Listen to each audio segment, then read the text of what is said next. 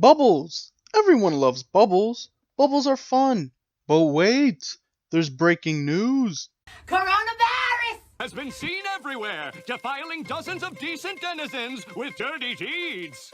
The NBA is not the first league to have their own quote-unquote bubble, as that feat belongs to the National Women's Soccer League, and they have been doing an incredible job so far through 16 games in isolation. Not a single player, coach, or staff member has tested positive for the coronavirus. The league continues its bubble as the Challenge Cup begins their knockout tournament phase this weekend. It seems as though the league and players are getting through this, and of course it's not easy, but things seem to have been going great so far. Protocols are going well, and everyone is remaining healthy, though the NBA has been in a bubble for less than a week, and people are already breaking the rules. Trust is and has been the key factor for the success of the NWSL, as Samantha Mewis of the North Carolina Courage clearly states how she and everyone has had faith that all participants will do their job and follow the rules. And it's not just the teams in the bubble, as some players have their families staying with them with kids being in the bubble as well. However, it seems there's no trust at all within the NBA, and we will get into that in just a bit. Teams began to report for the NBA bubble on July 7th through July 9th.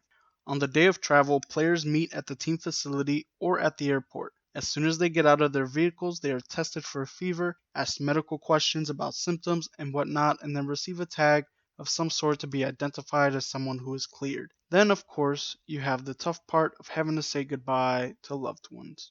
By the way, I just want to point out that in the men's leagues, family and children are not allowed into the bubble because of the fear of cost and the size of the operation. However, those decisions are completely different in women's leagues as a reflection of how our society thinks child rearing as the responsibility of women, even though the workload takes a toll on their careers and mental health. But we'll cover this more on the next video.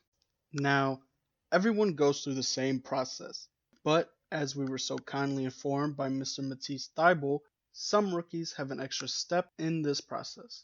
Oh God. For those that don't know, part of my job as being a rookie is getting Chick-fil-A for all the players on the plane, and even in a state of pandemic, that job still stands. Once the team arrives, they still try their best to distance themselves. They are shuttled to Disney, where it's practically a ghost town.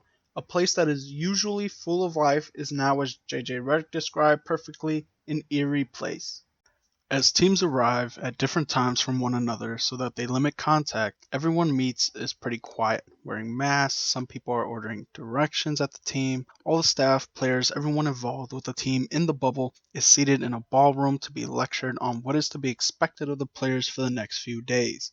Once they are caught up on the rules and expectations, they go to get tested for the virus. Once that is over, they are given a wristband that looks like they're about to go clubbing, and then receive a different wristband which acts as a room key and entrance to key buildings. Without it, a player can't enter any building, but the purpose of it is so that the NBA can track a player's movements and try to figure out who they've been in contact with. Once testing is over, all the players need to head to their rooms where they quarantine for 48 hours. The NBA was nice enough to leave some goodie bags for the players, which were pretty nice, as each player received a robe, fire stick, snacks, mask, books, lots of accessories, and of course hand sanitizer and wipes. In quarantine, the players have food delivered to their room 3 times a day for breakfast, lunch, and dinner. Some players have complained about food, but that just might be them being kind of bougie. I don't know, some of the plates I've seen look solid, but personally, I'd like to see what LeBron is eating. That man probably gets whatever he wants, that's for sure. Is there anybody out there? People in hazmat suits are here to test me. Let's see how this goes. They're there. The testers.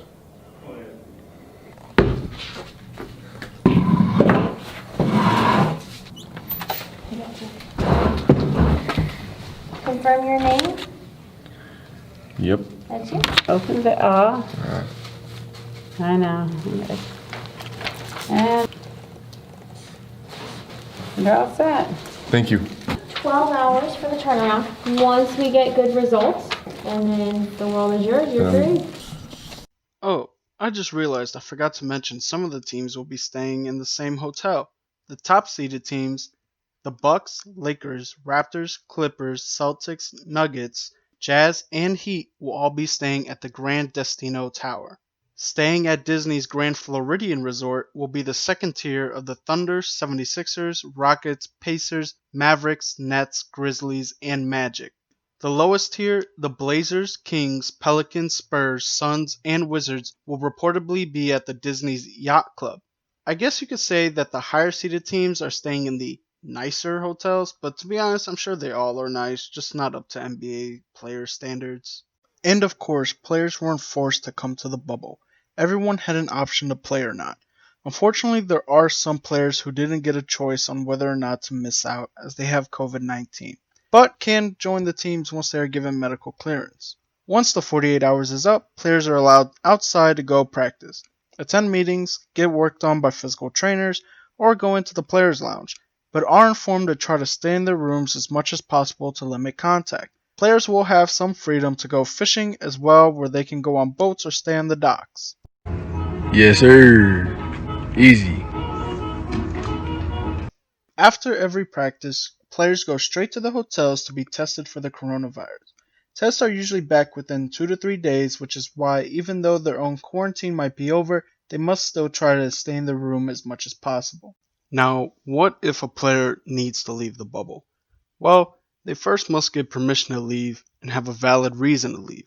But once they come back, the player will be tested and are isolated and quarantined in their room for 4 days.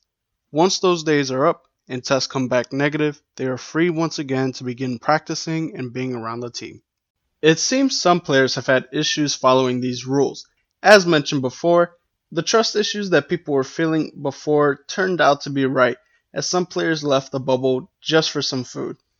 Richaun Holmes was the first to do it, as he ordered some food to be delivered to the resort and left the boundary, forcing him to quarantine in his room for 10 days. Bruno Caboclo also left his room during the initial 48-hour quarantine period. Lou Williams left for a funeral, but unfortunately made the decision to stop at Magic City. And yes, Magic City is exactly what you think it is. Apparently, Lou Williams left the most magical place on Earth and made a stop at the second most magical place on Earth just to get some food. Williams must go to Magic City quite a lot, because he even has an item on the menu named after him, and apparently people, since the story has popped up, have ordered food from Magic City, and I'm not gonna lie, it does look pretty dang good. For real though, players need to take this bubble thing a little more seriously, because there are people at risk staying with them in these hotels. A few coaches have been labeled as high risk, so these players need to take this seriously, not just for themselves, but everyone involved, and this includes the people working at the resort doing their best to take care of them. The restart will begin today, June 30th, with the Jazz and Pelicans tipping off the season, and the end of the regular season will end August 14th. Let's hope everyone involved stays healthy, and no major setbacks occur during the season. Before I end the video, I just want to, leave it off on a high note. Please enjoy this video of JaVale McGee going down a water slide. Something about NBA players going down water slides, just really makes me happy.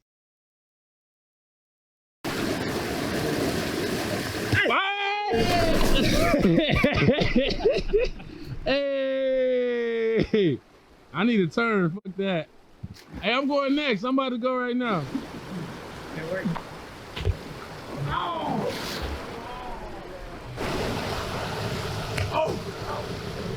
Oh, he didn't see it. Catch it.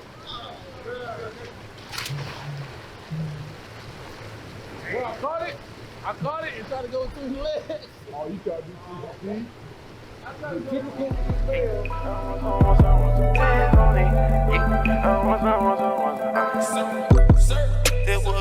Now, thank you all for watching, and I hope you all were able to learn a bit more about the bubble. As we progress through the bubble, I'll bring you updates if anything major occurs, so make sure you stay tuned. Feel free to leave a like, subscribe, or share with your friends if you'd like. Take care. Let's hope this season ends with a